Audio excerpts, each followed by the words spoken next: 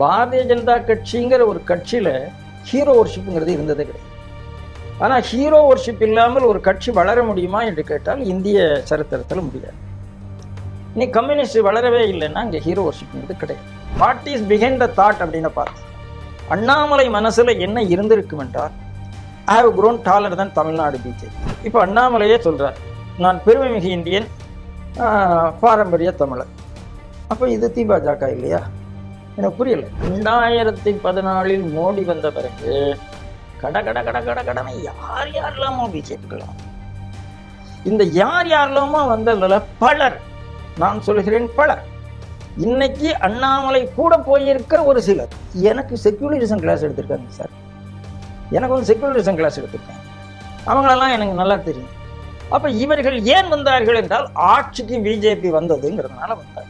அண்ணாமலை என்ன சொல்லியிருக்கார், என்னுடைய மூமெண்ட் வந்து ஒரு கட்சியாக மாறும் அப்படின்னு சொல்லியிருக்கார். பாஜகவை தாண்டி இன்னொரு கட்சிக்கு எப்படி மோடி ஆட்சி வழங்குவார்? மிகச்சிறந்த தேசியவாதி, இந்துத்துவன் மீது பிடிப்பு கொண்டவர், அதனால அவர் நல்லதையே தான் சொல்லுவார். அதை நாங்கள் பிறகு பார்த்துக்கிறோம், உங்கள்கிட்டேருந்து எங்களுக்கு விடுதலை வந்தால் போதுங்கிறது மாதிரி தானே பேசுகிறேன் சார். நீங்கள் நல்லா புரிஞ்சுக்கங்க, அண்ணாமலை எப்போ பார்ட்டியாக இதை கன்வெர்ட் பண்ணுறாரோ அது வரைக்கும் அவருக்கு ஹெட்டேக் இல்லை. பார்ட்டியாக கன்வெர்ட் பண்ணும்போது தான் அவருக்கு ஹெட்டேக் வருது. நான் பிஎல் சந்தோஷுக்கு கொடுத்த வாக்குப்படி நான் கட்சிக்கு வந்து இப்போ வெளியில் போயிட்டேன் அப்படின்னா என்ன இருக்கும்? எனக்கு இவராக, அதாவது இவர் மூமெண்ட்டை வந்து ஒரு வெற்றி அடையலையே நேரத்தில் ஏன்பா உன்னுடைய டயத்தை நீ மூமெண்ட்டில் வேஸ்ட் பண்ணிட்டு இருக்க, கட்சிக்கு வரலாமேன்னு பிஎல் சந்தோஷ் சொல்லியிருக்கலாம். ஒரு பொலிட்டிக்கல் பார்ட்டியில் ரிசைன் பண்ணிட்டு போகணும்னு அவசியம் இல்லை. ஒரு மூமெண்ட் இஸ் நான் பொலிட்டிக்கல். அப்போ ஏன் பிஜேபியிலேருந்து ரிசைன் பண்ணிட்டு போனாங்க? Who cave them the pressure? நீ ரிசைன் பண்ணிட்டு போன கொடுத்த ப்ரெஷர் எங்கேருந்து வந்தது? கடனை எல்லா பிஜேபிக்காரர்களும் என்னோடு வருகிறார்கள் அப்படின்னு அவருக்கு காமிக்க வேண்டிய அவசியம் வந்து அவரே ரிசைன் பண்ணிட்டு வான்னு சொன்னாங்களா? இல்லை அவருக்கு உள்ள டீம்ல நீங்கள் ரிசைன் பண்ணிட்டு வந்தால் தான் அவருடைய கிளாட்டுக்கு வந்து இது வருதுன்னு சொன்னாங்களா? இந்த கேள்வி வருதா இல்லையா? போனவர்கள் எல்லாம் நான் வந்து அவருக்கு போன எல்லாருமே யோக்கியம் நான் சொல்லுவேன். நிறைய நல்லவர்கள் போயிருக்கிறார். அதுதான் பெரிய இழப்பாக நான் நிறைய நல்லவர்கள் போயிருக்கார். நான் பேர் சொல்ல விரும்பலை, ஏன்னா எனக்கு தெரியும் என் மீது அன்பு கொண்டவர்கள், நான் நிறைய மரியாதை வைத்தவர்கள், அவங்கெல்லாம் போயிருக்காங்க. அதே மாதிரி கட்டைந்தெடுத்த சுயநலவாதிகள் அவர் கூட போயிருக்காங்க. பாஜகவுக்கு போட்டியாகத்தான் ஒரு கட்சியை ஆரம்பித்திருக்கிறீர்கள். யாருக்கு? நீங்க தமிழ்நாடு பாஜகவுக்கு போட்டின்னு நீங்க சொல்றீங்களா, இல்லை மோடிக்கு அமித்ஷாவுக்கு மாறுறாங்க? ரெண்டு பக்கமே கொஞ்சம் பங்காளி சண்டையை நிறுத்திட்டு பாரதிய ஜனதா கட்சி இனிமே தன்னுடைய வளர்ச்சியை பார்க்க வேண்டும், அண்ணாமலை தன்னுடைய மூமெண்டினுடைய அடுத்த கட்டத்தை நோக்கி போக வேண்டும்.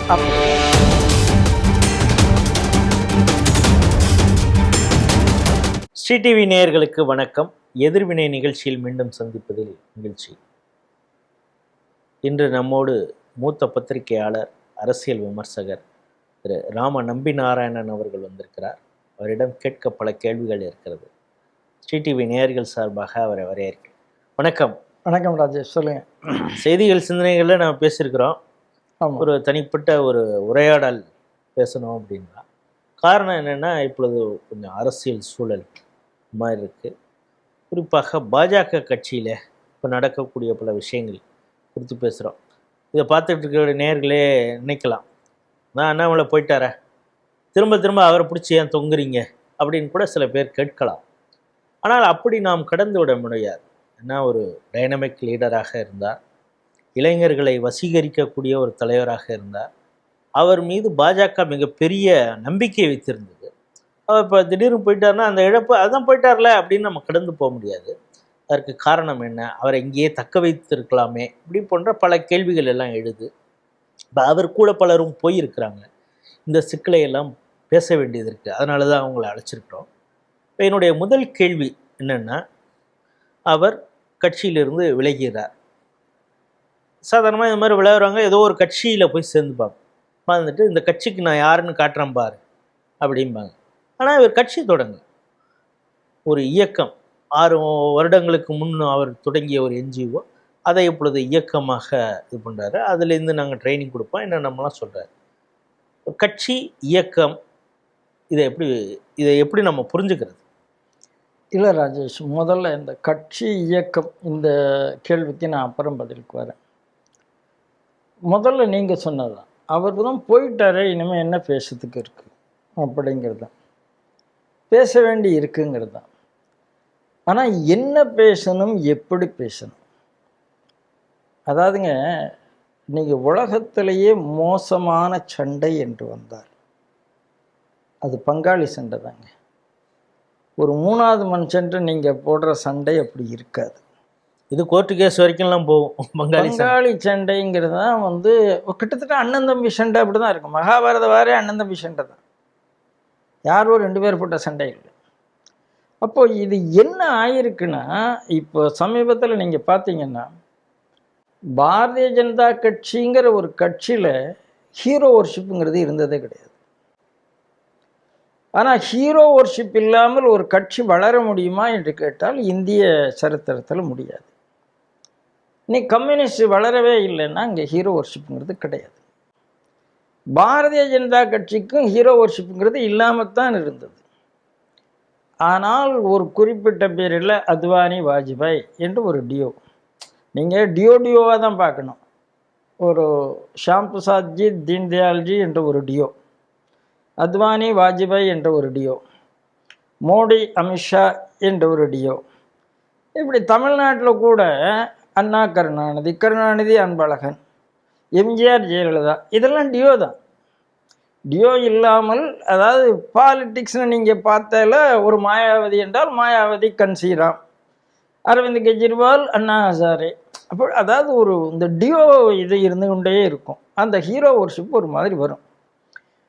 ஆனால் எந்த ஒரு நபரும் டாலர் தென் பார்ட்டியாக மாறும்போது, உதாரணமாக Gandhi became dollar then the party. ஆகையினால ஜனநாயக ரீதியாக தேர்ந்தெடுக்கப்பட்ட சுபாஷ் சந்திர போஸ் வேண்டாம், பட்டாபி சீதாராமையா வேண்டும் என்று அவரால் சொல்ல முடிஞ்சது. இது அவங்க வந்து உட்கார்றாங்க. அத்வானிஜி ஒரு காலகட்டத்தில் ரிசைன் பண்ணார். ஏன் ரிசைன் பண்ணார்னா, அவருக்கு ஒரு நம்பிக்கை வந்து விட்டது. we have grown taller than the party அப்படிங்கிற ஒரு நம்பிக்கை வந்து விட்டது. இன்னைக்கு தமிழ்நாட்டில் அண்ணாமலை அவர்களுக்கு I have grown taller than Tamil Nadu BJP. இதுதான் நீங்கள் பார்க்க வேண்டும். What is behind the thought அப்படின்னு பார்த்தா, அண்ணாமலை மனசில் என்ன இருந்திருக்கும் என்றால் I have grown taller than Tamil Nadu BJP அப்படிங்கிற ஒரு எண்ணமும், அது அவருக்கான வயசு, நான் என்னை நிரூபித்து காட்டுகிறேன் என்ற ஒரு எண்ணம், இது எல்லாம் என்ன வந்திருக்குன்னா அவரை தனியாக போக தூண்டி இருக்கிறது. இது முதல்ல. ரெண்டாவது, நான் உங்கள்கிட்ட சொன்ன மாதிரி இது பங்காளி சண்டைன்னு ஆரம்பித்தா எனக்கு என்ன வருத்தமாக இருக்குன்னா, அண்ணாமலை கூட நேற்று வரைக்கும் பாரதிய ஜனதா கட்சியிலிருந்து இன்னைக்கு போன உடனே இன்னைக்கு மோடி 4399 நாள் என்று போட்டால் கூட மோடி ஏன் திமுகவை ஊழலை கண்டிக்கவில்லைன்னு அதில் வந்து பதிவு போடுறாங்க. நேற்று வரைக்கும் பிஜேபியில் இருந்தவங்க டக்குன்னு அவங்களுக்கு மோடி எதிரியாகிறார், டக்குன்னு அமித்ஷா எதிரியாகிறார், டக்குன்னு வேறு இஷ்யூஸ்லாம் அவங்களுக்கு என்னெல்லாமோ கிடைக்குது. பழைய தலைவர்கள் எல்லாம் மட்டமாக பேச ஆரம்பிக்கிறாங்க. ஜாதி ரீதியாகலாம் கூட பேச ஆரம்பிச்சாங்க. இல்லை, எனக்கு ஜாதி ரீதியாக பேசுகிறார்கள். இப்போது நீங்கள் ஒரு எடுத்துக்கங்க, பெர்ஃபார்மர் நான் பெர்ஃபார்மர் அப்படின்னு ஒரு யார்ட் ஸ்டிக் இருக்குது. ஆனால் whether I am performer or நான் பெர்ஃபார்மர், நான் வந்து ஒரு கொள்கையில் நான் கடைசி வரைக்கும் இருக்கேன், அதுவே பெர்ஃபார்மன்ஸ் தான் நான் நினைக்கிறேன். அந்த இடத்துல நீங்கள் இன்னைக்கு இருக்கிற தலைவர்கள் யாராக இருந்தாலும், அது இப்போ வானதி என்று எடுத்துக்கொண்டால் அவங்க ஏபிவிபியிலேருந்து வந்தவர்கள் தான், முருகன் எடுத்து ஏபிவிபியிலேருந்து வந்தவர் தான், பொன் ராதாகிருஷ்ணன் என்று இந்து முன்னணியிலேருந்து வந்தவங்க தான், ராஜா ராஜா என்று எடுத்துக்கொண்டால் ஆர்எஸ்எஸ் இயக்கத்திலேருந்து வந்தவங்க தான். இவங்களாம் நேற்று 2014 அப்புறம் வரலைங்க. 2014 அப்புறம் வந்தவர்கள் இன்னைக்கு இவங்களெல்லாம் கேள்வி கேட்குறாங்க. எனக்கு அதை கேள்வி கேட்கும்போது எப்படி கேட்குறாங்கன்னா, இப்போ உதாரணமாக உங்களுக்கும் தமிழிசைக்கும் ஒத்து போகலை, உங்களுக்கு ரைட்ஸ் இருக்குது, கேள்வி கேட்குற ரைட்ஸ் இருக்குது. ஆனால் பாடி ஷேமிங் பண்ணுற ரைட்ஸ் இங்கேருந்து வந்தது. அப்போ உங்களுக்கும் மற்றவங்களுக்கும் என்ன வித்தியாசம் இருக்குது? உங்களுக்கும் இன்னொரு ஆளுக்கும் பிடிக்கலைன்னு வச்சுப்போம், உடனே அவரை வந்து இந்த ஒரு மைனர் என்று போடக்கூடிய எண்ணம் இங்கேருந்து வந்து அப்போ கேரக்டர் அசாசினேட் பண்ணி போடுற அளவுக்கு அவங்க வந்து பாஜகவை பாஜகன்னு இவங்களை வைத்து சொல்கிறாங்க. ஆனால் இவங்களுடைய கமெண்ட் பார்த்தா திராவிட அந்த தொனியில அதை தான் சொன்னேன். அதாவது நான் என்ன சொல்றேன், திபாஜக என்று ஒரு பாஜக இல்லைங்க. மோடி வந்து அப்போ திபாஜகவுக்கு பிரச்சாரம் பண்ணிட்டு போனாரா?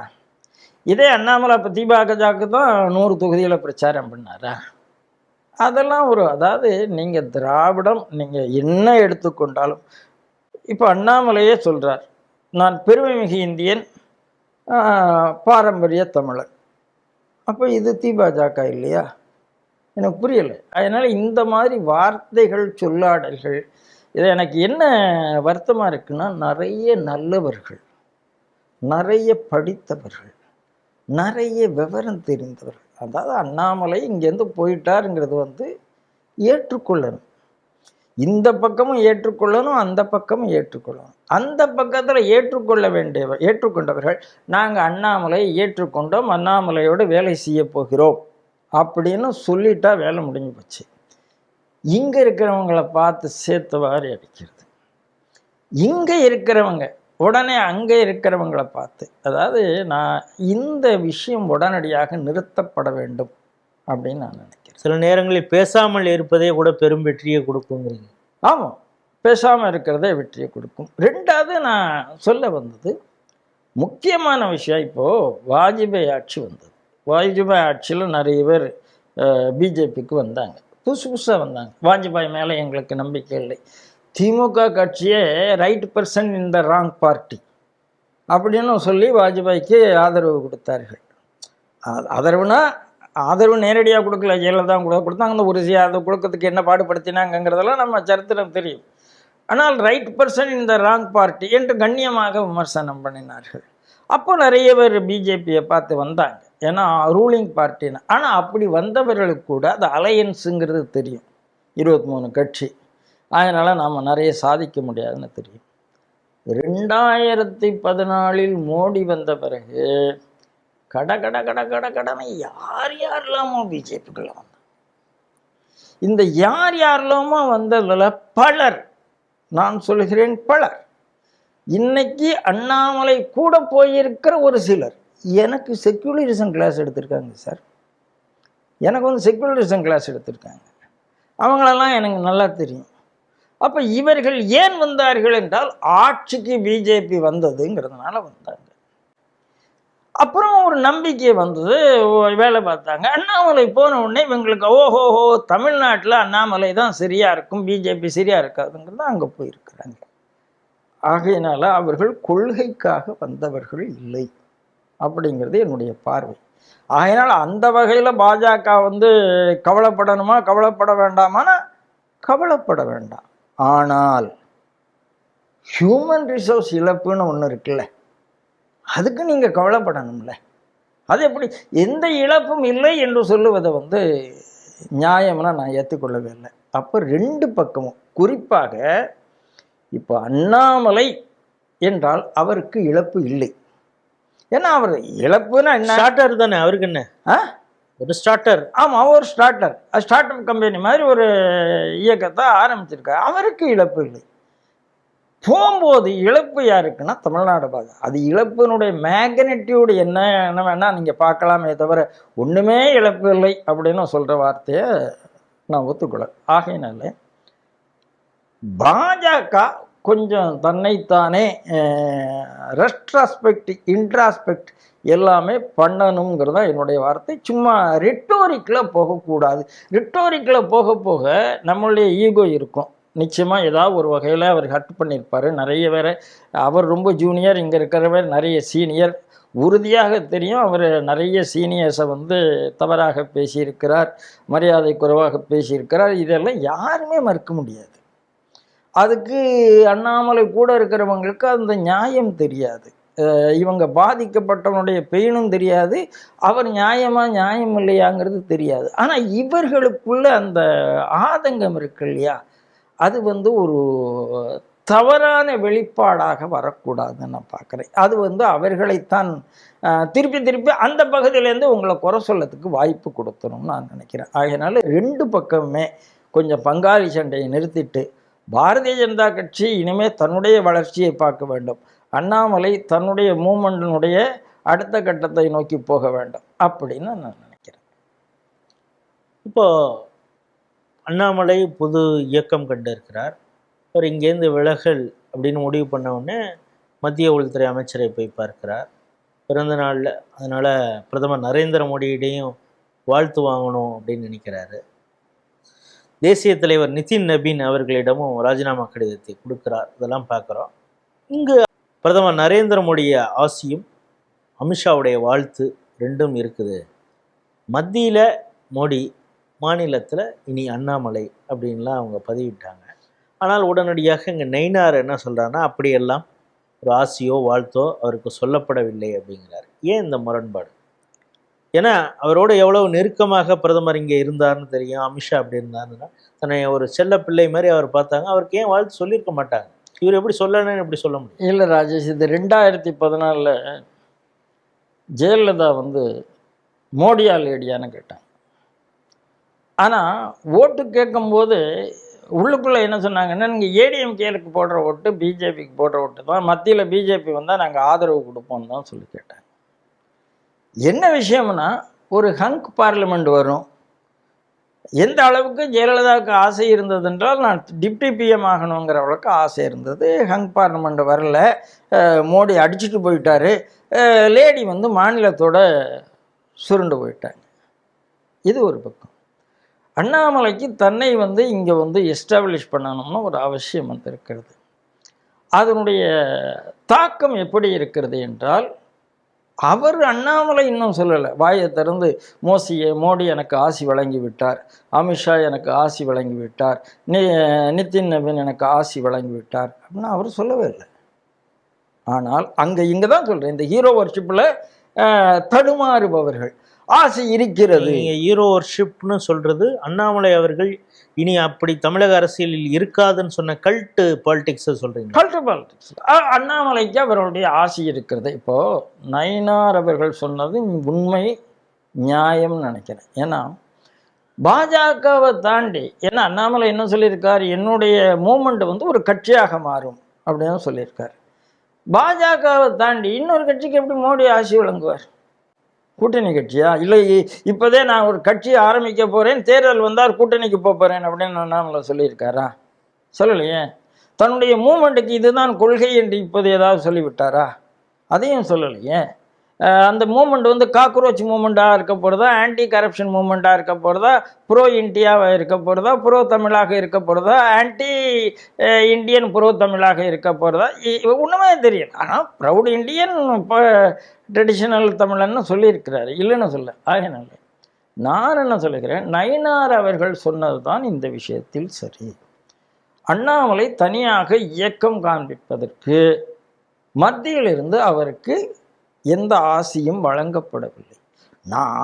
நான் ஒருத்தர் போகிறாரு, நான் நல்லபடியாக இன்ஃபார்ம் பண்ணுறாரு, ஏன்னா போயிட்டு வரேங்கிறார், போயிட்டு வாங்கன்னு சொல்கிறாங்க. அவ்வளோதான். ஒரு நட்பின் அடிப்படையில் போயிட்டு வாங்கன்னு சொல்கிறாங்க. யாரும் ஏன் போனேன்னு கேட்கல. இவர் போகும்போதே அந்த முடிவோடு தான் போகிறார், அந்த முடிவை தெரிவிக்கிறார், தெரிவிச்சுட்டு வர்றார், அவ்வளோதான். அதனால் இவருக்கு மோடியினுடைய, நான் அப்படி சொல்கிறவங்ககிட்ட ஒரே ஒரு கேள்வி தான் கேட்குறேன். நான் இவர் மூமெண்ட் ஆரம்பித்த உடனே பிரதமரோ அமித்ஷாவோ நிதின் நவீனோ வேறு யாரோ ஃப்ரெண்ட் அண்ணாமலை ஒரு மூமெண்ட் ஆரம்பிக்கிறார், அதற்கு என்னுடைய வாழ்த்துக்கள் ஒன்று கொடுத்துருக்காங்களா? கொடுக்கலையே. இவர் போய் அமித்ஷாவை பார்த்ததனுடைய ஃபோட்டோ வந்திருக்கா? அமித்ஷாட்டேருந்து அது வந்திருக்கா? வரலையே. அப்போ நீங்கள் என்ன பார்க்கணுங்கிற, அங்கேருந்து என்ன வந்ததுன்னா அருண் சிங்கினுடைய இவர் ரெசிக்னேஷன் லெட்டர் ஏற்றுக்கொள்ளப்பட்டதுங்கிறது மட்டும்தான் வந்தது, வேறு என்னமும் வரலையே. ஆகையினால இது ஒரு ராங் நேரேட்டிவ். அதாவது அவரை பூஸ்ட் பண்ணுவதற்காக ஜெயலலிதா எப்படி இந்த பக்கம் மோடியா லேடியான்னு போட்டி போட்டுக்கொண்டு நீங்கள் எனக்கு போடுற ஓட்டும் மோடிக்கு போட ஓட்டுன்னு தான் கேம்பெயினில் உள்ளே போய் சொன்னதுக்கும் அதுவும் இதுவும் ஒன்றுன்னு நான் பார்க்குறேன். அதனால் எந்த வகையிலையும் அண்ணாமலையினுடைய மூமெண்ட்டுக்கு மத்திய பாஜகவினுடைய ஆசை இல்லை என்பதில் எனக்கு மாற்று கருத்தே கிடையாது ராஜேஷ். அதே போல் பலருக்கு இங்கே ஒரு குழப்பம் இருக்கிறது. என்னென்னா, நான் இந்துத்துவவாதி, தேசியவாதி, மேலே எனக்கு மோடியை தான் ரொம்ப பிடிக்கும். ஆனால் இப்போ எனக்கு வைப்ரண்ட்டாக டைனமிக்காக வேலை பார்க்கக்கூடிய எனக்கு தலைவர், நான் இங்கு பார்க்கக்கூடிய தலைவர் பிஜேபியில் யாரும் இல்லை, ஆனால் டைனமிக்காக இருந்தவர் அண்ணாமலை. அவரை எனக்கு பிடிச்சிருக்குது, அவருக்கு ஆதரவு அளிக்கிறேன். இப்போ ஆர்எஸ்எஸ் அவங்க அந்த விவித சேத்திரம், ஷாகா, இந்த விஷயங்களை எல்லாம் கூட பலர் பேசுகிறாங்க. நான் ஷாகாவுக்கு போகிறேன், நான் ஒரு சுயம் சேவகனா அப்படின்னு தான் அங்கே இருக்கிறவங்க பார்ப்பாங்களே தவிர நீ எந்த கட்சியை சேர்ந்தவர்னு அவங்க பார்க்க போகிறதில்ல. ஏன்னா நான் தேசியத்தையும் உள்வாங்கி இருக்கிறேன், இந்து தர்மத்தையும் இந்துத்துவத்தையும் ஏற்றுக்கொள்ளக்கூடிய ஒரு ஆளாக இருக்கிறேன். அப்படிங்கிறப்ப என்னை ஏன் நாங்கள் போனவங்கள ஏன் நீங்கள் வந்து திட்டுறீங்க, ஏன் உங்களுக்கு என்ன பிரச்சனை அப்படின்னு கேட்குறாங்க. நீங்களும் ஆர்எஸ்எஸ்ல பயணிச்சிருக்கிறீங்க, பல நீங்கள் முழு நேர ஊழியராகவும் இருந்திருக்கீங்க, இந்த குழப்பத்தை நீங்கள் எப்படி சரி செய்யுங்க? எனக்கே குழப்பம், அந்த குழப்பம் வந்துருச்சு. இல்லை, இங்கே தான் ராஜேஷ், ஒரு மூமெண்ட் என்ன, ஒரு ஆர்கனைசேஷன் என்ன, ஒரு பார்ட்டி என்ன, இந்த 3 வித்தியாசத்தை நீங்கள் புரிந்து கொள்ள வேண்டும். அதாவது ஒரு மூமெண்ட் தான் பொலிட்டிக்கல் பார்ட்டியாக மாறுதுங்க. ஒரு ஃப்ரீடம் மூமெண்ட், சுதந்திர போராட்ட அமைப்பு, அதுதான் காங்கிரஸாக மாறுது. ஒரு ரேஷனல் மூமெண்ட், ஒரு பகுத்தறிவு இயக்கம், அதுதான் திமுகவாக மலர்கிறது. ஒரு ஆன்டி கரப்ஷன் மூமெண்ட், அதுதான் ஒரு ஆம் ஆத்மியாக மாறுகிறது. ஒரு நக்சல் மூமெண்ட், தேர்தல் பாதை திருடர் பாதை என்கிற மூமெண்ட்டு தான் விடுதலை சிறுத்தைகள் கட்சியாக மாறுகிறது. ஒரு வன்னியர் மூமெண்ட்டு தான் பாட்டாளி மக்கள் கட்சியாக மாறுகிறது. நீங்கள் எதை எடுத்துக்க, ஒரு ஹிந்துத்துவ மூமெண்ட், அந்த மூமெண்ட்டுக்கு ஒரு கட்சி தேவை என்று வரும்போது ஷியாம் பிரசாத் முகர்ஜி முன்னால் வர்றார், ஒரு கட்சி உருவாக்கப்படுகிறது. ஆனால் இந்த மூமெண்ட்லேருந்து கட்சி வரல, இந்த மூமெண்ட்டுக்காக கட்சி வந்தது. நல்ல வித்தியாசம் பாருங்கள். மற்ற எல்லாம் மூமெண்ட்லேருந்து கட்சி வந்தது, இங்கே மூமெண்ட்டுக்காக கட்சி வந்தது. அந்த மூமெண்ட் எல்லாம் என்ன ஆகும்னா, அந்த மூமெண்ட் கட்சியாக மாறும்போது மூமெண்ட்ல இருந்தவங்களே கட்சி தலைவராக போயிடுவாங்க. ஒரு ட்ரேட் யூனியன்லேருந்து கட்சி வருதுன்னா அவர் வந்து கட்சி தலைவராக போயிடுவார். அந்த கட்சி தலைவராக அவர் போன பிறகு அந்த மூமெண்ட் வந்து டம்மியாக போயிடும். அது ஏஏபியாக இருக்கட்டும். அதனால தான் காங்கிரஸை கலைக்கணும்னு காந்தி சொன்னார். அப்போ மூமெண்ட்டுன்னு ஒன்று இருந்தால்தான் அந்த கட்சிக்கு அஸ்திவாரம் இருக்குங்க, இல்லைன்னா இருக்காது. டைரெக்டாக பொலிட்டிக்கல் பார்ட்டின்னு நீங்கள் ஆரம்பிச்சு சக்ஸஸ் ஆகியிருக்காங்க. இப்போ என்டி ராமர் ஆரம்பிக்கலையா, முலாயம் சிங் ஆரம்பிக்கலையா, 100 கேள்வி கேட்பேன். அவங்க பொலிட்டிக்கல் லைன்லேயே வந்து பொலிட்டிக்கல் லைனில் போனாங்க. அண்ணாமலை ஐபிஎஸ்லேருந்து வந்த உடனே மூமெண்ட் தான் ஆரம்பித்தார், கட்சி ஆரம்பிக்கல. அந்த மூமெண்ட் டேக் ஆஃப் ஆச்சா, டேக் ஆஃப் ஆகலையா அப்படின்னு கேள்வி கேட்டால் பெரிய டேக் ஆஃப் ஆகலைங்க. அவருக்கு பொலிட்டிக்கல் ஆம்பிஷன் இருந்ததா? இருந்தது. ரஜினி வந்து என்ன சொல்லியிருந்தாருன்னா, என் கட்சியில் வந்து முதல்வர் கேண்டிடேட்டாக நான் வந்து நான் பொலிட்டிக்கல் பார்ட்டிக்காரரை தான் கூப்பிடுவேன், அதுவும் ஒரு இளைஞர்களுக்கு, இளைஞர். அப்போ எல்லாருமே அது அண்ணாமலை என்று தான் நினைத்தார்கள். அது வரைக்கும் அண்ணாமலை யாருக்கும் தெரியாது. அப்போவுமே அது அண்ணாமலை தாங்கிறது யாருக்கும் தெரியாது. அப்போ கூட இவர் நேரடியாக பானா அண்ணாமலை ரஜினி கட்சி ஆரம்பித்திருந்தால் இவர் உள்ளே போயிருப்பாரா, ஏன்னா இவருக்கு ஆம்பிஷன் இருந்ததுங்கிறது எல்லாருக்கும் பின்னால் இவர் சொல்கிறார். அப்புறம் அந்த மூமெண்ட்டை இருக்கிற நேரத்தில் இவர் ஒரு விஷயம் சொல்கிறார், நான் பிஎல் சந்தோஷுக்கு கொடுத்த வாக்குப்படி நான் கட்சிக்கு வந்தேன், இப்போ வெளியில் போயிட்டேன். அப்படின்னா என்ன அர்த்தம்? எனக்கு இவராக, அதாவது இவர் மூமெண்ட்டை வந்து ஒரு வெற்றி அடையலைன்னு நேரத்தில் ஏன்பா உன்னுடைய டயத்தை நீ மூமெண்ட்டில் வேஸ்ட் பண்ணிட்டு இருக்க, கட்சிக்கு வரலாமேன்னு பிஎல் சந்தோஷ் சொல்லியிருக்கலாம். நல்லா பார்த்துங்க, இவர் சொல்கிற இன்டர்பிரிட்டேஷனும் நான் சிந்திக்கக்கூடிய இன்டர்பிரிட்டேஷனுக்கும் வித்தியாசம் இருக்குது. உடனே இவர் கட்சிக்கு வந்திருக்கலாம். கட்சிக்கு வந்த பிறகு அது டார்மெண்ட்டாக இருந்தது. ஆனால் கட்சிக்கு வந்த பிறகு இவருக்கு என்ன இருக்குன்னா, நான் வந்து மூமெண்ட்டில் இருக்கும்போது நான் இண்டிபெண்ட்டாக இருப்பேன், இப்போ இண்டிபெண்ட்டாக இல்லையே என்கிற வேட்கை வந்திருக்கலாம். ஓஹோ, அப்போ நான் வெளியில் போகணும்னு நினச்சா எனக்கு ஒரு மூமெண்ட் இருக்குது, எப்படினாலும் எனக்கு தான் ஒரு மூமெண்ட் இருக்குது அப்படின்னு ஒரு எண்ணமும் வந்திருக்கலாம். நீங்கள் பாருங்கள், அண்ணாமலை வந்து ஒரு வருஷத்துலேயே அண்ணாமலை தனி கட்சி ஆரம்பித்தால் அப்படின்னா அவங்க வார் ரூம் ஆரம்பித்ததா இல்லையா, என்னெல்லாம் பண்ணாங்க, எதெல்லாம் பண்ணாங்கங்கிறது நமக்கு தெரியும். அப்போ இவங்க என்ன நினச்சிட்டாங்க, அப்போ நாம் போகும்போது ஒரு பொலிட்டிக்கல் பார்ட்டியாக, அதாவது எங்கேயோ ஒரு இடத்துல அவருக்கு ஒரு நெருடல்ங்கிறது. அவர் இப்போ சொல்கிறாரு, 18 மாதமாக எனக்கும் கட்சிக்கும் ஒரு அலைன் ஆகலை. 18 மாதம்னா எவ்வளவு எனக்கு சொல்லுங்கள்? 18 மாதம்னா எவ்வளவு? 1.5 வருஷத்துக்கு மேலே. 1.5 வருஷம். இப்போ நயினார் வந்து எவ்வளோ நாள் ஆகுது? ஒரு வருஷம் ஆஃப்லி, ஒரு வருஷம் கூட ஆகலை, ஒன்றும் முழுசாக முடியல. அப்போ கொஞ்சம் ஃப்ரிக்ஷன் ஆகி கொஞ்சம் முன்னாலேருந்து ஆகிட்டு இருக்குன்னு அர்த்தம். அப்போ முதல்ல ஒரு 3 வருஷத்தில் 2 வருஷத்தில் இல்லை. அதாவது நீங்கள் தனியாக மாநகராட்சிக்கு நிற்கும்போது இல்லை, தனியாக கார்பரேஷன் எலெக்ஷன் ரூரல் பாடி பண்ணும்போது இல்லை. எப்போ வருது? ஒரு தலைமையை நீங்கள் ஏற்றுக்கொள்ளணும்னு வரும்போது, இன்னொரு தலைமையை நீங்கள் ஏற்றுக்கொள்ள வேண்டும், ஒரு அலையன்ஸ் பார்ட்னர்னு போகும்போது தான் வருது. இதில் கொள்கை இருக்கிறதா? நீங்கள் வேணால் அதை கொள்கைன்னு ப்ரெசன்ட் பண்ணலாங்க. இதில் கொள்கை இருக்கிறதா அப்படின்னு கேட்டால் என்னுடைய இண்டிபெண்டன்ஸ் போயிடுதுங்கிறது தான் இருக்குது. நீங்கள் தயவுசெய்து இதை புரிஞ்சுக்கங்க. நான் எப்படி புரிந்து கொள்ள போகிறார்கள் இந்த வீடியோவை பார்க்குற அண்ணாமலை ரசிகர்களே என்ன கொடுக்கணும்னு கோபப்பட்டு வரலாம். நீங்கள் இதை பார்த்தால் என்னுடைய சேயிங்ஸ் போயிடுது, என்னுடைய இம்பார்ட்டன்ஸ் போயிடுது. நான் கழகங்கள் இது எல்லாமே சொல்லலாம். அப்போ எப்போ வருதுன்னா, நீங்கள் லீடர்ஷிப்பு இன்னொரு இடத்துல கொஞ்சம் அட்ஜஸ்ட் பண்ணிட்டு போகணும்னு இடத்துல தான் வருது, வேறு எங்கேயுமே வரலை. நீங்கள் சொல்கிறது ஆஃப்டர் லோக்சபா எலெக்ஷனில் தோல்வி அடைந்த பிறகு இல்லை, அதுக்கு முன்னாடியே அலையன்ஸ் வேணுமா வேண்டாம். ஏன்னா இவர் நிறைய வார்த்தை பேசினார். அதாவது கட்சி தலைமையை கொஞ்சம் டிமீன் பண்ணி பேசினார். ஆனால் யாரும் இல்லைன்னு சொல்லவே முடியாது. நான் தூக்கி போட்டு போயிடுவேன், நான் ஆடு மேய்க்க போயிடுவேன், ஏன்னா நான் ஒரு விவசாயி, நான் இந்த அலையன்ஸ் வந்தேன்னா கட்சியில் இருக்கணும்னு அவசியம் இல்லை, நான் தொண்டை நான் போயிடுவேன். இது எல்லாமே அவர் பேசின பேச்சு தான், இல்லைன்னு நீங்கள் சொல்லவே முடியாது. அதேபோல் இந்த பஸ்ஸில் இறக்கி விட்டுருவேன்னு சொன்னார். ஆமாம், இது எல்லாமே அவர் பேசின பேச்சு தாங்க. அப்போ என்ன ஆகுதுன்னா, நான் ஒரு தலைமையை நான் பப்ளிக்கில் விமர்சனம் பண்ணலாமா? அது டிசிப்ளினா? இல்லை நான் சொல்கிறத அவங்க கேட்கலைன்னா நான் விட்டுட்டு போயிடுவேன்னு திருப்பி சொல்லணுமா? இதெல்லாம் நியாயமாங்கிற கேள்வி சீனியர்ஸ்ட்டை இது கொஞ்சம் அதிருப்தியை உருவாக்கிதுன்னு நான் சொல்லுவேன். ஏன்னா அவங்களாம் இந்த மாதிரி அஜிடேட் பண்ணி இதுக்கு எத்தாப்பெல்லாம் அவங்க பேசி பழக்கப்பட்டவர்கள் இல்லை. தலைமை பதவியே கூட வெங்காயம் அப்படிங்கிறது, தலைமை பதவி என்பது வெங்காயம். இது வரிசை அவருடைய கோட் எல்லாமே நம்ம பேச முடியும்.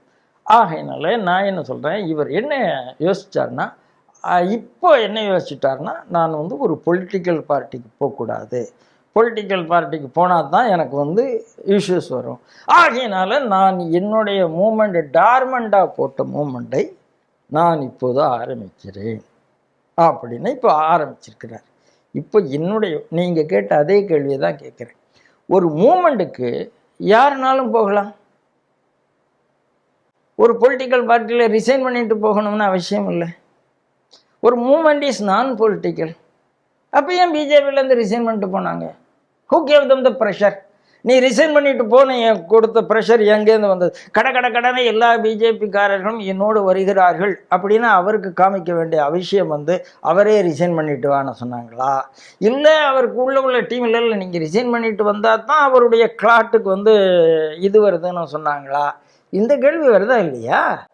அப்போது ஒரு மூமெண்ட்டுக்கு எல்லாரும் சேரணும்னு வந்தால் இவங்க ஏன் ரிசைன் பண்ணாங்க? ரிசைன் பண்ணிட்டு வான இவங்களுக்கு சொன்னது யார்? இது முதல் கேள்வி. இப்போ அடுத்த கேள்வி வரேன். இந்த மூமெண்ட்டுக்கான செயல் திட்டம் என்னங்கிறது சொல்லட்டும். அவங்க வெப்சைட்டில் நான் போய் பார்த்தேன், என்னெல்லாமும் இருக்குது. அதை நான் பேசணும்னு அவசியம் இல்லை. ஆனால் அது ஹிந்துத்துவ மூமெண்ட்டாக இருக்குமா? அது நேஷனல் மூமெண்ட்டாக இருக்குமா? அப்படின்னா இப்போ அண்ணாமலை கட்சியை விட்டு வெளியில் போன பிறகு இங்கேருந்து போனவர்கள் ஒரு மூமெண்ட்டை தான் சப்போர்ட் பண்ணணும்னா ஆர்எஸ்எஸை விட 100 ஆண்டு கண்ட பெரிய மூமெண்ட்டு கிடையாதுங்க. ஹிந்து முன்னணியை விட ஒரு பெரிய மூமெண்ட்டு கிடையாதுங்க. அங்கே இருக்கிற அகாடமிஷியன்ஸுக்கு ஏபிவிபியை விட பெரிய மூமெண்ட்டு கிடையாதுங்க. அங்கே இருக்கிற ட்ரேட் யூனியன் பீப்புளுக்கு பிஎம்எஸை விட ஒரு பெரிய மூமெண்ட்டு கிடையாதுங்க. என்ன மூமெண்ட்டுங்க இங்கே ஹிந்துத்துவாவில் இல்லைங்கிறீங்க? அப்போ நீங்கள் அண்ணாமலை கூட போகிறீங்கன்னா நீங்கள் மூமெண்ட்டுக்காக போகல, அரசியல் கட்சியை பொலிட்டிக்கல் பார்ட்டிக்காக தான் போகிறீங்க. அப்போ உங்களுக்கு பொலிட்டிக்கல் பார்ட்டிக்கு போகிறோம்னு தெரிஞ்சதுனால தான் ரிசர்வேஷன் கொடுக்குறீங்க நீங்கள். ஆகையினால அப்போ என்னன்னா, நீங்கள் பாஜகவுக்கு போட்டியாகத்தான் ஒரு கட்சியை ஆரம்பித்திருக்கிறீர்கள். யாருக்கு நீங்கள் தமிழ்நாடு பாஜகவுக்கு போட்டின்னு நீங்கள் சொல்கிறீங்களா, இல்லை மோடிக்கும் அமித்ஷாவுக்குமாங்கிறது தான் கேள்வி. மேலே தான் மோடின்ட்டாங்களே அவருடைய தொண்டர்கள், அதாவது அவருக்கு போன அந்த ஃபேன் பேஸ் இருக்கிறவங்க ஃபேன் பேஸ் தானே சொல்கிறாங்க, அவர் இன்னும் சொல்லலையே. நான் இதே வார்த்தையை தான் சொல்கிறேன். இது வரைக்கும் மோடி ஆசைங்கிற வார்த்தை அவர் சொல்லலை. நான் மேலே மோடி மேலே மரியாதை இருக்குங்கிறது தான் சொல்லியிருக்கிறார். மோடி மேலே எனக்கு இருக்குது, அமித்ஷா மேலே மரியாதை இருக்குது அப்படிங்கிறதெல்லாம் அவர் சொல்லுகிறார். இல்லைன்னு நான் சொல்லவே இல்லை. இல்லை, அவங்க அடுத்தது என்ன சொல்கிறாங்கன்னா, மோகன் பகவத் அவர்கள் பண்ண ஒரு கோட்டையும் எல்லாரும் தொடர்ச்சியாக இப்போ சமீப காலமாக பகிர்வதை பார்க்குறேன். அவர் எங்கே எப்போ சொல்லியிருந்தாருன்னு தெரியல, ஆனால் அதை பலரும் பகிர்றாங்க.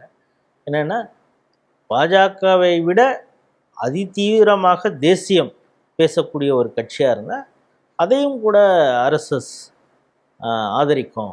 இப்போ ராமஜென்ம பூமி அப்படின்னா இது காங்கிரஸ் வந்து இந்த வேலையை செஞ்சுருந்ததுன்னா அவங்களுக்கும் நாங்கள் சப்போர்ட் பண்ணியிருப்போம் அப்படிங்கிறாங்க. அதே போல் அவர் மோகன் பகவத் சொன்னது வந்தது இந்த அண்ணாமலை அவர்களுடைய இந்த இயக்கத்தையும் நாளை கட்சியாக மாறப்போடுகிற இதை தான் சொல்லியிருக்காரு அப்படிங்கிறாங்க. சரி, மோகன் பாகவத் இன்னைக்கு சொல்லலைங்க. அந்த கோட் வந்து ஒரு ஓராண்டுக்கு முன்னால் உள்ள ஒரு கோட். சரிங்களா, அதை விட்டுருவோம். ரெண்டாவது, மோகன் பாகவத் சொல்கிறதுங்கிறத விட ஆர்எஸ்எஸ்னுடைய நிலைப்பாடே அது. ஆர்எஸ்எஸ்ல என்ன நினைக்கிறாங்க, நீங்கள் எந்த அரசியல் கட்சினாலும் இருக்கலாம், நீங்கள் இந்த தேசியத்தை ஏற்றுக்கொள்ள வேண்டும், இந்த மன்னனுடைய கலாச்சாரம், அதை ஹிந்துத்துவான சொல்கிறாங்க, அந்த ஹிந்து தேசியம் என்று சொல்கிறாங்க, அதை நீங்கள் ஏற்றுக்கொள்ள வேண்டும் அப்படின்னு சொல்கிறேன். ஆனால் அதைத்தான் இப்போ இவங்க ஏற்றுக்கொண்டார்களா அப்படின்னு கேட்டால் நான் அதைத்தான் கேட்குறேன். எதுக்கு இன்னொரு மூமெண்ட்னு கேட்குறேன். ஆர்எஸ்எஸ்ஸை ஏற்றுக்கொண்டு விட்டார்கள். தமிழகத்துக்கு தனி பிரான்ச் வேணும்.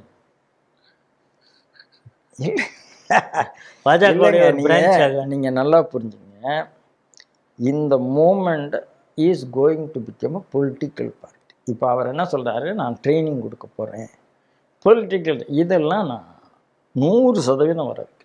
ஏன்னா பாரதிய ஜனதா கட்சிக்கு நான் சொல்கிறேன் அடிப்படையில் இந்த ஹியூமன் ரிலேஷன்ஷிப் பற்றி கண்டிப்பாக ஒரு நல்ல எக்ஸ்பர்ட்டை வச்சு முதல்ல அவங்க பாடம் எடுக்கணும். ரெண்டு பக்கமும். இப்போ நான் முதல்ல ஆரம்பித்த அதே இடத்துக்கு தான் நான் வரேன். என்ன எந்த அளவுக்கு மட்ஸ்லிங்கும் உள்ளுக்குள்ளேயே இருக்குங்கிறத நம்ம பார்த்தா நம்ம வருத்தப்படும். அப்போ அவர் சொல்கிறார், நான் ட்ரைனிங் கொடுக்க போகிறேன். ரொம்ப நல்லது. அது நீங்கள் பாரதிய ஜனதா கட்சியில் இருக்கும்போது அந்த லீடர்ஷிப் ட்ரைனிங் கொடுத்துருக்கலாமே. உங்களை யார் அன்றைக்கி தடுத்தா? உங்களுக்கு இன்றைக்கி ஹெச்ஆரில் ஹியூமன் ரிலேஷன்ஷிப்பில் கண்டிப்பாக கிளாஸஸ் தேவைப்படுது.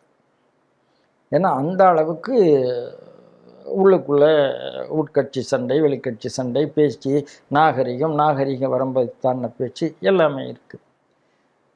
ரெண்டாவது, கவர்னன்ஸ் பற்றி உங்களுக்கு ட்ரைனிங் தேவைப்படுகிறது. கவர்னன்ஸ்னால் என்ன? நான் வந்து ஒரு பொலிட்டிக்கல் லீடராக நான் ஒரு பிடிஓ ஆஃபீஸ்க்கு போகிறேன், ஒரு தாசில்தாஸ் ஆஃபீஸ் போகிறேன், செக்ரட்டேரியட் போகிறேன், போலீஸ் ஸ்டேஷன் போகிறேன், how I have to behave, அதை பற்றி ட்ரைனிங் இருக்கான்னு கேட்டால் இன்னும் பாரதிய ஜனதா கட்சியில் அதுக்கு போதுமான ட்ரைனிங் இருப்பதாக நான் நம்பவில்லைங்க. நான் நிறைய விஷயம் அதனுடைய லாக்குவனா என்னங்கிறது, நான் கட்சிக்கு பக்கத்தில் இருந்த கட்சி கூட நான் ட்ராவல் பண்ணலை, கட்சியில் எனக்கு எந்த பொறுப்புமே இல்லை, கட்சி கூட பக்கத்தில் இருந்தே ட்ராவல் பண்ணதுனால ஐ நோ த லாக்குவன் ஆஃப் பாரதிய ஜனதா பார்ட்டி. ஆனால் இவருக்கு என்று ஒரு மூமெண்ட் இருந்தபோது இவர் அதெல்லாம் இங்கேருந்து பண்ணியிருந்திருக்கலாமேங்கிறதான் என்னுடைய, ஏன் அங்கே போய் பண்ணணும், அப்போ அங்கே போகணுங்கிற இம்பல்ஸ் இங்கேருந்து வந்தது அப்படிங்கிற கேள்விக்கு எனக்கு பதில் இல்லை.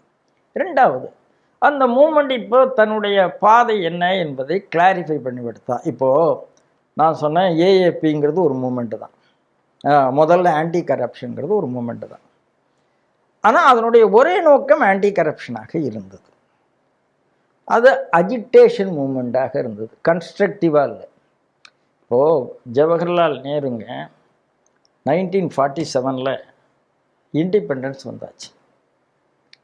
இண்டிபெண்டன்ஸ் வந்த உடனே நாடு முழுக்க கலவரம் வருது. ஏன்னா அது கூட சேர்ந்து பார்ட்டிஷன் வருது.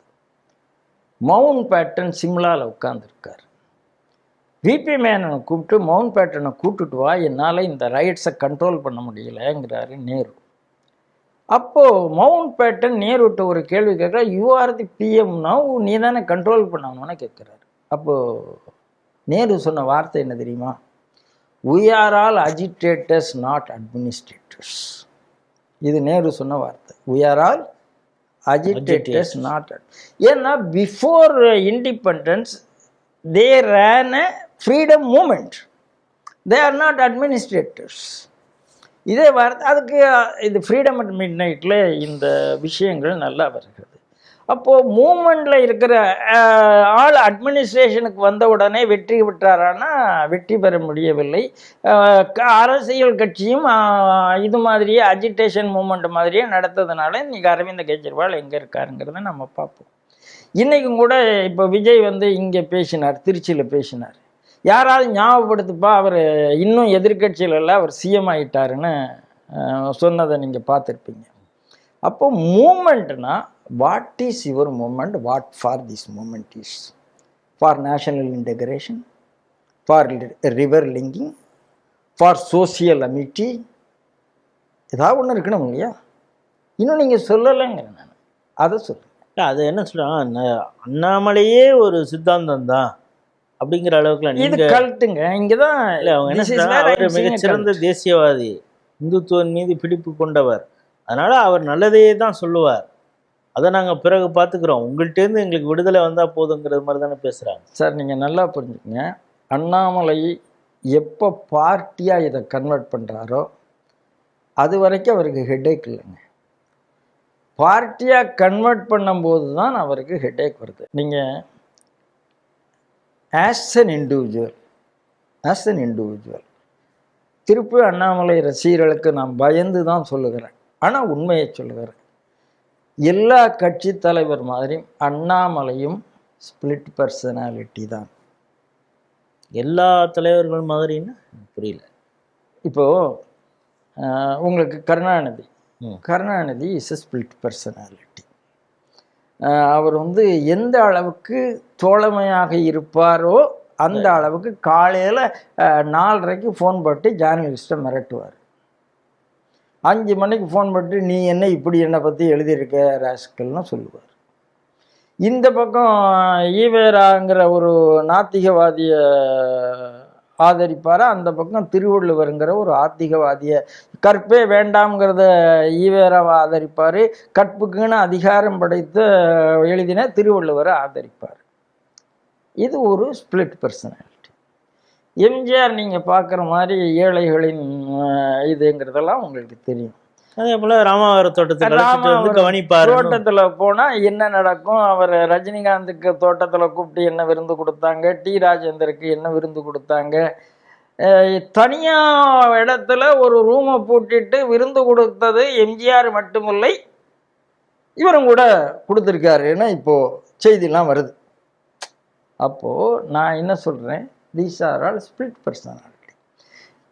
அதாவது என்னை பாதிக்கிற விஷயம் வந்தால் நான் அதை வந்து எப்படி நடந்து கொள்ளுவேன், நான் வந்து I will not leave you so ஈஸிலிங்கிற ஒரு இது இருக்கக்கூடிய. ஏன்னா நான் என்ன சொல்கிறேன், நீங்கள் போலீஸ்காரராக இருந்திருக்கிறார், அவருக்கு அந்த டெக்னிக்ஸ் எல்லாமே தெரியும்.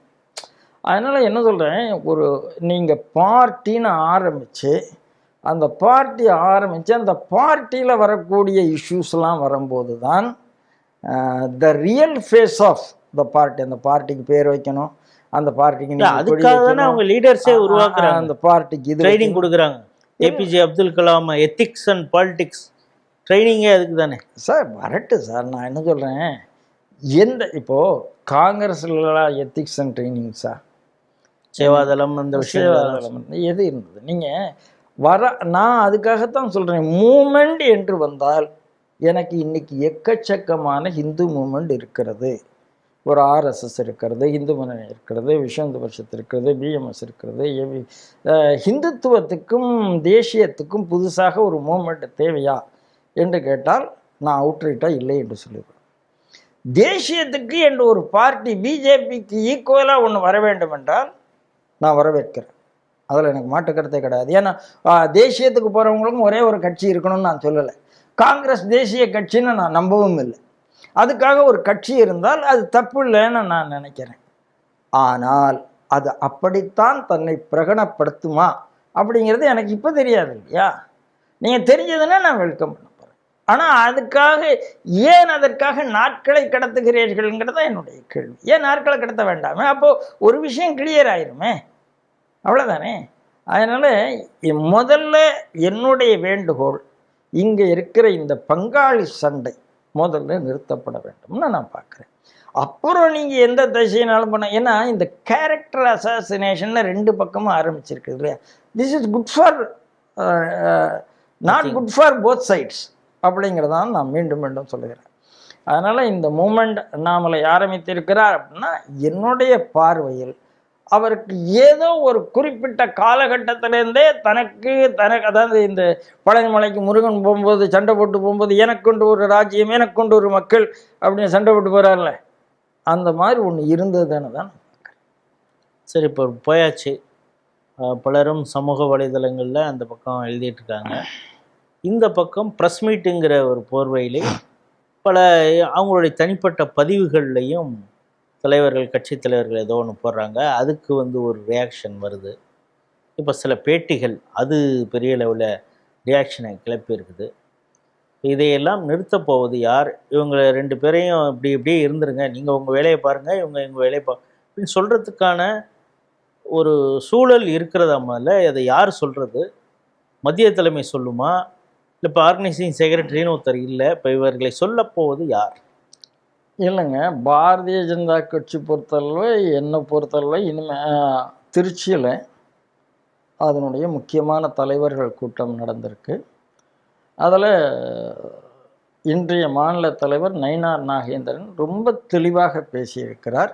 நாம் இங்கேருந்து போன யாரை பற்றியும் குறையாக பேசக்கூடாது, சுயநலவாதிகள் அப்படி இப்படின்லாம் இனிமேல் சொல்லக்கூடாது, எதுவுமே பேசக்கூடாது. அது மட்டும் இல்லை, அதை தாண்டி போனவர்கள் எல்லாம் திரும்பி வரணும், நாங்கள் உங்களை ஏற்றுக்கொள்கிறோம்னு அழைப்பு கொடுத்துருக்கோம். இது ஒரு மெச்சூர்ட் அப்ரோச் என்று நான் பார்க்குறேன்.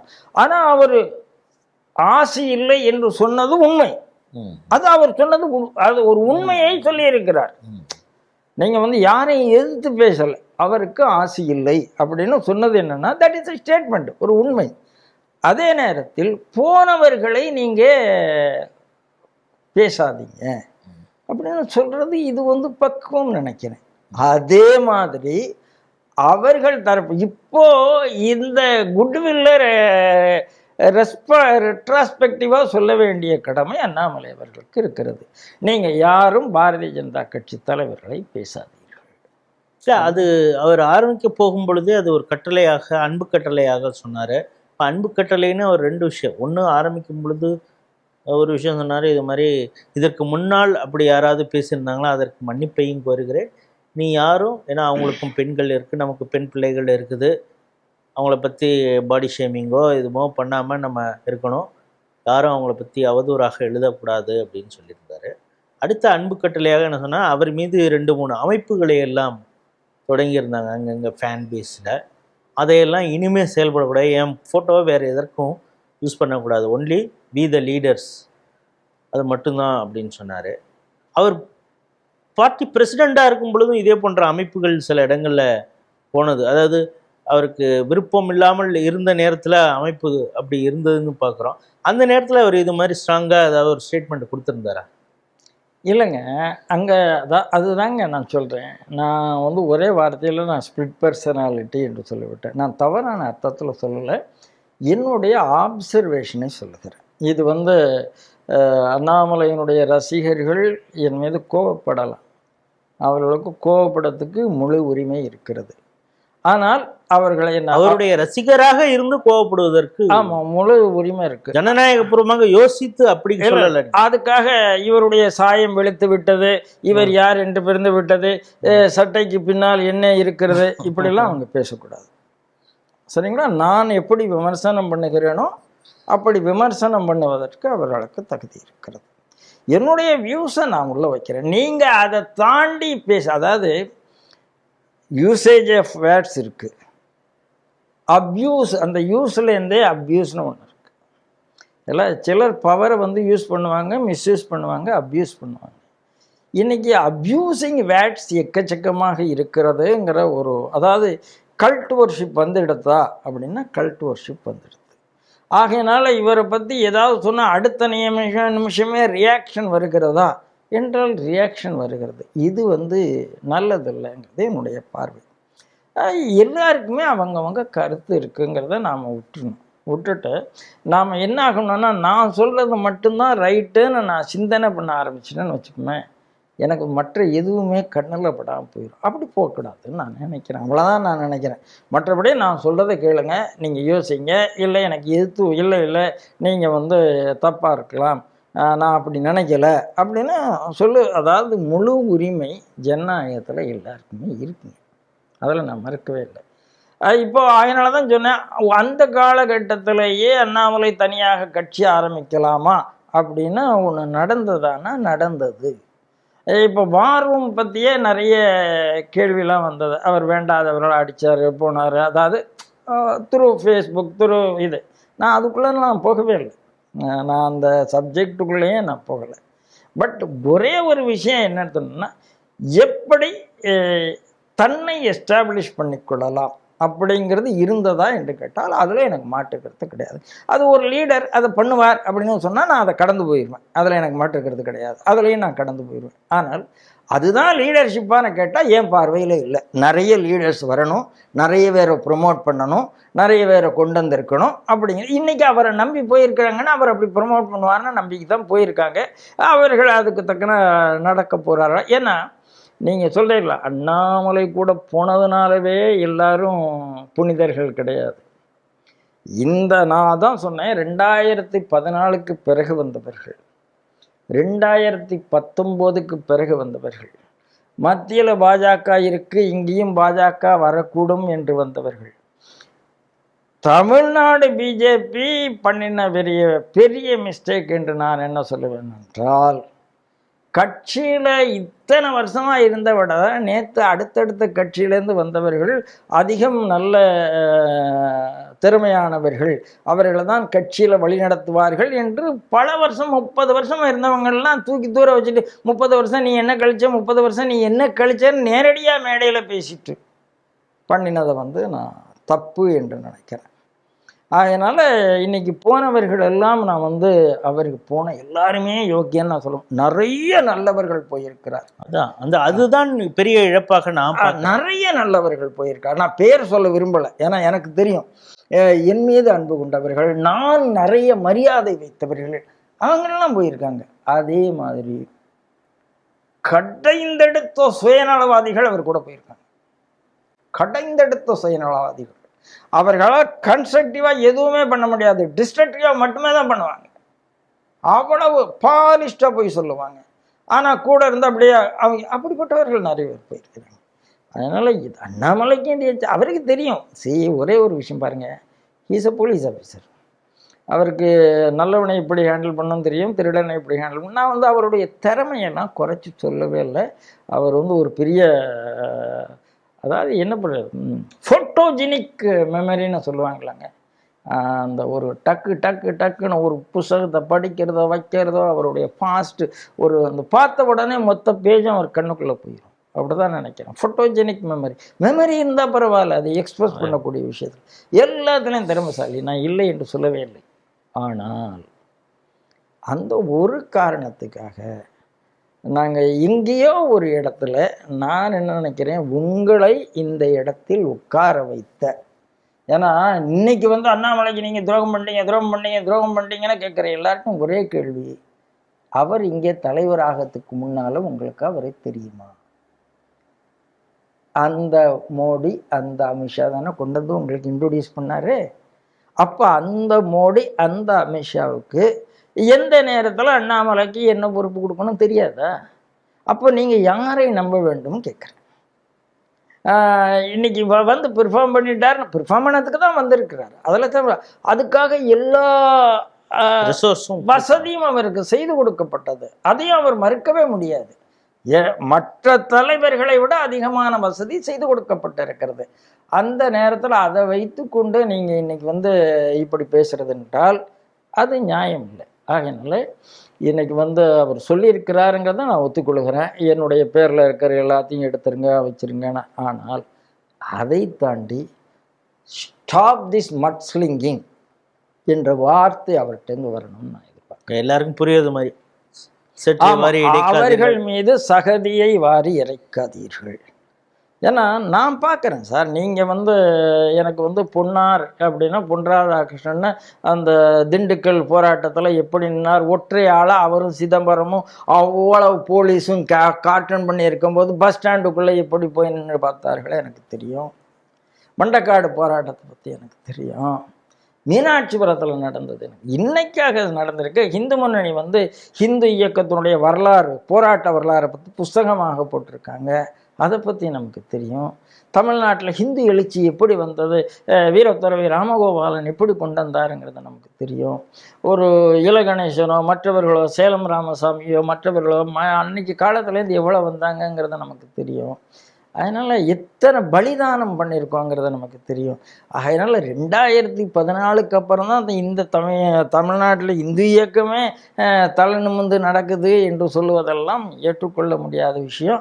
அதுக்கு முன்னால் இருந்த தலைவர்கள்லாம் நாம் நினச்ச மாதிரி சேத்தவாரி இறைக்கலாங்கிறத நான் ஒத்துக்கொள்ளலைங்க. ஏன்னா இவர்கள் யார் மீது சேற்றை வாரி இறைக்கிறார்களோ அத்தனை பேர் மேலேயும் எனக்கும் மாற்று கருத்து இருக்கிறது. மாற்று கருத்து என்பது வேறு, மரியாதை குறைவு அவமரியாதை பண்ணுவது என்பது வேறு. நான் யாரையும் அவமரியாதை பண்ண மாட்டேன், மரியாதை குறைவாக அவர்கள் மீது சேற்றை வாரி இறைக்க மாட்டேன். அது முதல்ல அந்த குறைந்தபட்ச பண்பாடு வந்தால்தான் அது திராவிட கட்சி இல்லாத ஒரு மூமெண்ட்னா நான் ஏற்றுப்பேன், இல்லைன்னா ஏற்றுக்க மாட்டேன். பல விஷயங்களை நம்ம பேசியிருக்கோம். நேற்று பாலகௌதமனும் இது சம்மந்தமாக விரிவாக பேசுகிறேன். அவங்க இதுக்கும் கமெண்ட் அடிப்பாங்க, ஏன் அதையே பிடிச்சி தொங்குறீங்கன்னு. திரும்ப திரும்ப ஏதோ ஒரு கன்சர்ன் நமக்கு இருக்கிறதுனால தான் இதை பற்றி பேசிகிட்டு இருக்கோம். இன்னும் சில பேர் அந்த வீடியோவிலே இது பண்ணிவிட்டு நான் இன்றிலிருந்து உங்கள் சேனல்லேருந்து நான் அன்சப்ஸ்கிரைப் பண்ணுறேன் அப்படிங்கிறாங்க. இந்த ஸ்ட்ரீட் டிவியை பொறுத்தளவு யாரோடு போட்டி போட்டு கொண்டு இருக்கிறோம், யாரோடு சண்டையிட்டு கொண்டு இருக்கிறோங்கிறது இந்த சேனலை தொடர்ச்சியாக பார்த்து கொண்டு இருக்கிறது தெரியும். ஜிகாதிகளோடும் நேஷனல் செக்யூரிட்டிக்கு யார் ஆபத்தை விளைவிக்கிறார்களோ அவர்களோடு நம்ம சண்டை போட்டுருப்போம். அதிலே இந்த அரசியலையும் அவ்வப்பொழுது பேசிட்டு இருக்கோம். அதைத்தான் ராஜேஷ் சொல்லுகிறேன் நான். இது சண்டைக்கான காலம் இல்லை. Stop the mudslinging, let BJP proceeds in its own way, let Annamalai proceed in is own way என்பதுதான் என்னுடைய வார்த்தை. Stop it. அடுத்த கட்டத்துக்கு ரெண்டு பேரும் போகலாம். ஜனநாயகத்திலே அனைத்து கருத்துக்களையும் பரிமாறுவதற்கான ஒரு சந்தர்ப்பமும் வாய்ப்பும் இருக்கிறது. அந்த அடிப்படையில் அனைவர் மீதும் இருக்கக்கூடிய அக்கறையில்தான் நாம் இப்பொழுது இந்த கலந்துரையாடலை நம்ம செய்து கொண்டிருக்கிறோம். நீங்கள் சொல்கிறது மாதிரி இரண்டு பக்கமும் இந்த சேற்றி வாரி அடிப்பதை நிறுத்திவிட்டு கன்ஸ்ட்ரக்டிவான வேலையில் செயல்பட்டால் பல ரெண்டு தரப்புக்குமே நல்லது அப்படிங்கிறதும் பார்க்குறோம். காலம் மிக வேகமாக மாற்றத்தை ஏற்படுத்தும். அதுவும் இந்த பொலிட்டிக்கல் ஸ்பேரில் என்ன சொல்லுவாங்கன்னா, ஒரு நாள் என்பதே மிக பெருசு அப்படிம்பாங்க. விரைவிலேயே எல்லாமே மாறும் அதுவரை. ஆனால் நம்மளுடைய மிக முக்கியமான இந்துத்துவத்தையும் தேசியத்தையும் கைவிடக்கூடாது அப்படிங்கிறத மனதிலே தாங்கி நாம் தொடர்ந்து பயணிப்போம். இந்த நிகழ்ச்சியில் கலந்து கொண்டு மிக முக்கியமான பல கருத்துக்களை நம்மோடு பகிர்ந்துட்டு இருக்கீங்க. மிக்க நன்றி. நன்றி ராஜேஷ்.